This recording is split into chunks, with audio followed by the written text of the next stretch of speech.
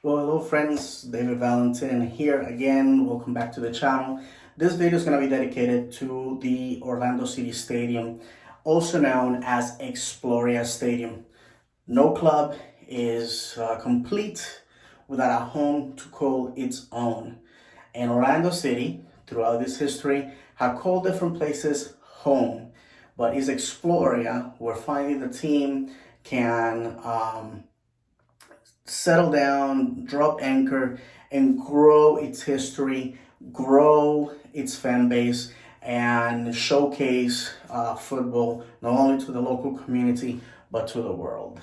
Exploria Stadium is a trailblazer, is a soccer-specific stadium on the new era of MLS. Is the first stadium to have safe standing for the supporter section.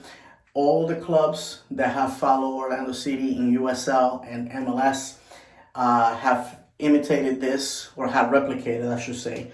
This is obviously not exclusive of Orlando City. This is something that European clubs had before, and we wanted to bring that here to the United States.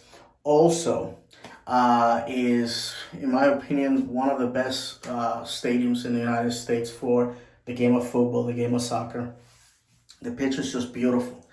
Had the opportunity to touch it once, and it feels like the surface of a pool table. So without anything else to say here, let's go to the video that I prepared for you guys. I hope you enjoy it. To start the story of Orlando City, we first have to go to the very beginning.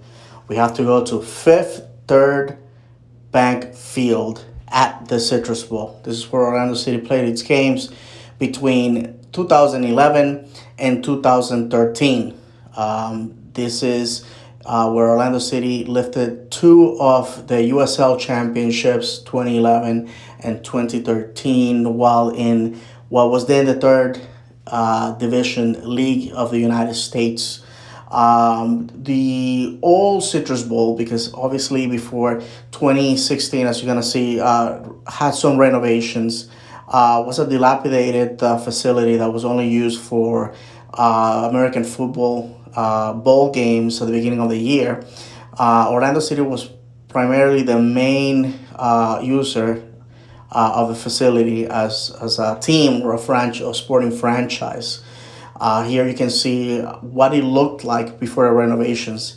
And as you will see, once we go into the MLS era, you will see how different it looked. Back then, 3,000 fans was a good day for the team. As the Citrus Bowl underwent renovations for the MLS era, Orlando City spent the 2014, its last USL season, in the Disney ESPN Wide World of Sports facility.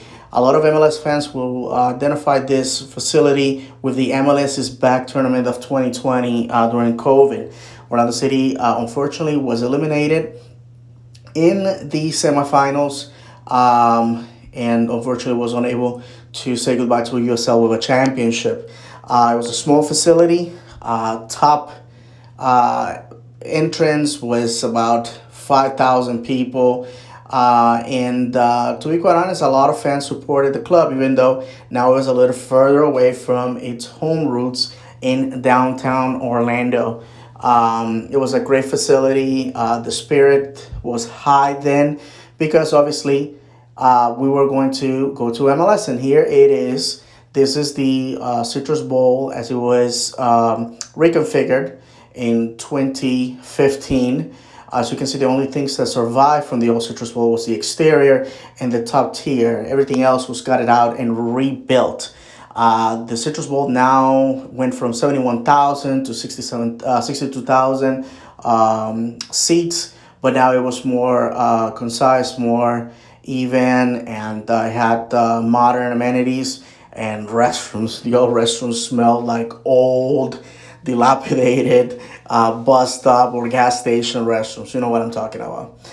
Well, Now we go to Exploria. Exploria is actually at 655 West Church Street in downtown Orlando in the neighborhood of Paramore. Paramore has a long history with the African American community. This area, as a matter of fact, west of what is now I 4, was during segregation where all the African American residents of the city of Orlando lived. As you can see there, you see I 4 to the far right. Um, this Unfortunately is a legacy of the Jim Crow era in the southern United States, and Paramore is undergoing a renewal. So, Exploria Stadium is a soccer-specific stadium in downtown Orlando, Florida. The stadium is located along West Church Street and in the Paramore neighborhood, west of downtown Orlando. It is the home of Orlando City SC, which entered Major League Soccer as an expansion franchise in 2015, and their National Women's Soccer League NWSL affiliate club, the Orlando Pride. The stadium was completed in time for Orlando City's home opener in 2017, March 5th to be exact. It became the first venue to permanently host MLS, NWSL, and USL teams. That was the Orlando City B, all at the same location that year, originally known as Orlando City Stadium. On June 4th, 2009, it was announced that Exploria Resorts, a timeshare entity, had acquired naming rights to the stadium, as well as home matches for Orlando City, Orlando Pride. The stadium has also been used as a host venue for both the United States men's and women's national teams. The finals for both the NWSL championship and NCAA Women's College Cup, numerous Florida Cup games, and MLS combines in 2018 and 2019, and the 2019 MLS All-Star Game. Away from soccer or football, the stadium hosted the 2019 Cure Bowl, a college American Football Bowl game. In January 2021, it was announced Exploria Stadium will be the venue of the 2022 Special Olympics USA opening ceremony. Orlando SC owners announced on May 29, 2015, that the stadium will be privately funded by Orlando City SC and not the city. They also announced that they will upgrade the stadium's capacity from 19,000, to somewhere between 25,000 and 28,000 seats. Actually, right now it's 25 and a half. The new plan was unveiled on July 31st, increasing the capacity to 25 and a half by adding seats to the south end and to maximize seats without major design changes. That will set back the project by an additional year. Costs also arose to 110 million, from 110 million to 155 million dollars. As part of the private funding venture, the new stadium, at least 15 million had come from 34 investors in countries such as Brazil and China via EB5 investment program grants, which basically allowed any foreign investor to get a American visa in the exchange of $100,000 for investment in the project. On August 14th, 2014, the team announced that the stadium location will be moved one block west to avoid having a delay in the opening due to Faith Deliverance Temple fighting the city's eminent domain claim. A new location resulting in the closure of Paramore Avenue between Church Street and Central Boulevard in February 2015, as the stadium was built right on top of where the on top of where the road currently runs. And that was something that a lot of people were angry about, because Paramore Avenue is such a iconic street in Orlando, but unfortunately, that's how it was. The stadium is designed, basically inspired with the English, Old English style. The founders of Orlando City grew up as Stoke City fans, and when they wanted a stadium, when they envisioned a stadium, they wanted something that they wish they had when they lived in England. Basically, no obstruction, no view obstructions. They wanted every seat to feel and have the same view regardless. They also wanted the pitch to be ready to withstand the amount of precipitation that Orlando gets during the summer. That is a major problem in world football, as we can see. That usually, if it rains or you had snow, the pitch will get bogged. In this case, the pitch can withstand Category 5 type precipitation.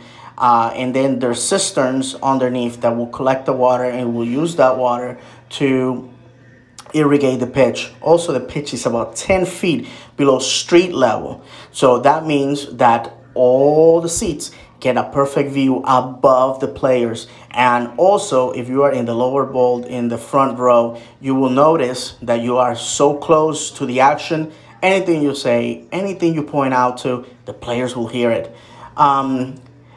Now that we're concluding here, you are seeing video of the time that I was part of the flag team at the tunnel. That was a great moment. Here you can see on TV.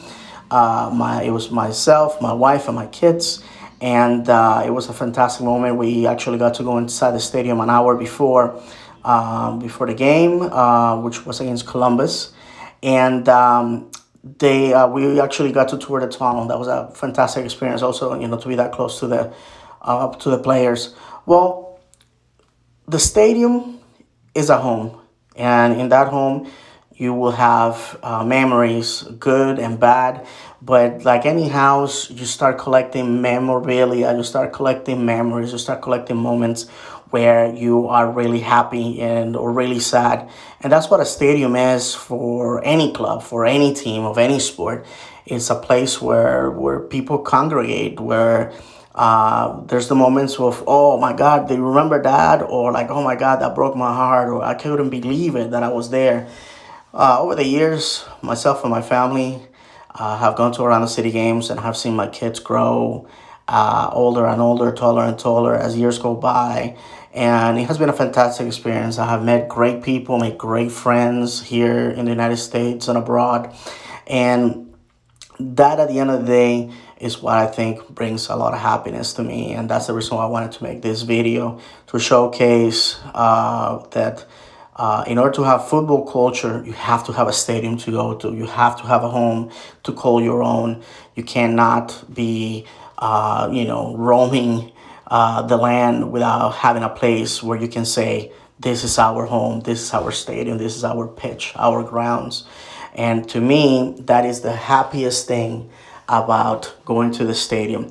One of the things that is very important to say is that I am so excited at the fact that our stadium has really nothing to envy anybody.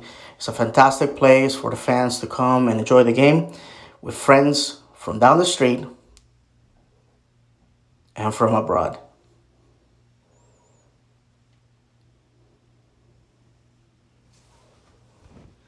Well, friends, this is the end of the video. I hope you enjoyed it. I tried to make it as short as possible with as much information as possible within the condensed amount of time.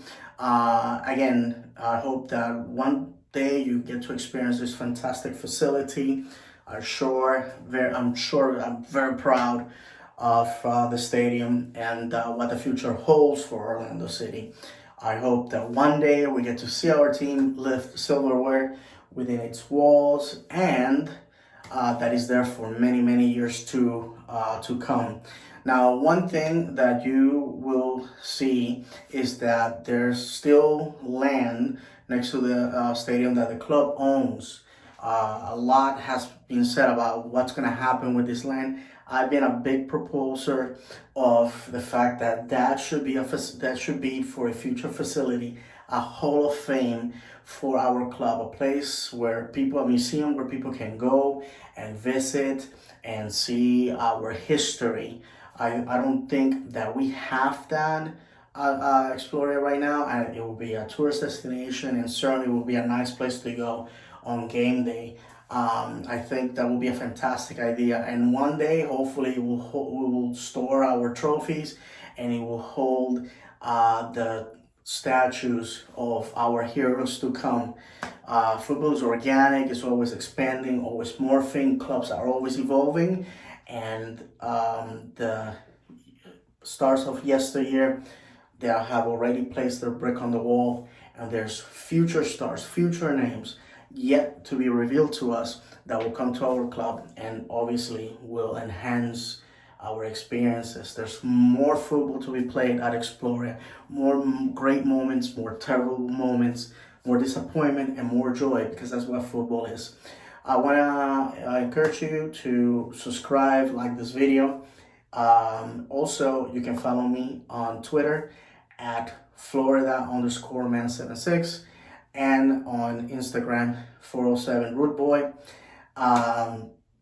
And there basically discuss all things Orlando City. And lastly, I produce podcasts in Spanish about Orlando City with my friend Kenneth Ortiz. It's called Tiro de Esquina, and it's available in all platforms. And also, we started loading the videos on this channel as well. So if audio is not your thing, well, we have video of the conversations that we have about Orlando City. With nothing else to say, thank you again for watching, and I'll be seeing you soon.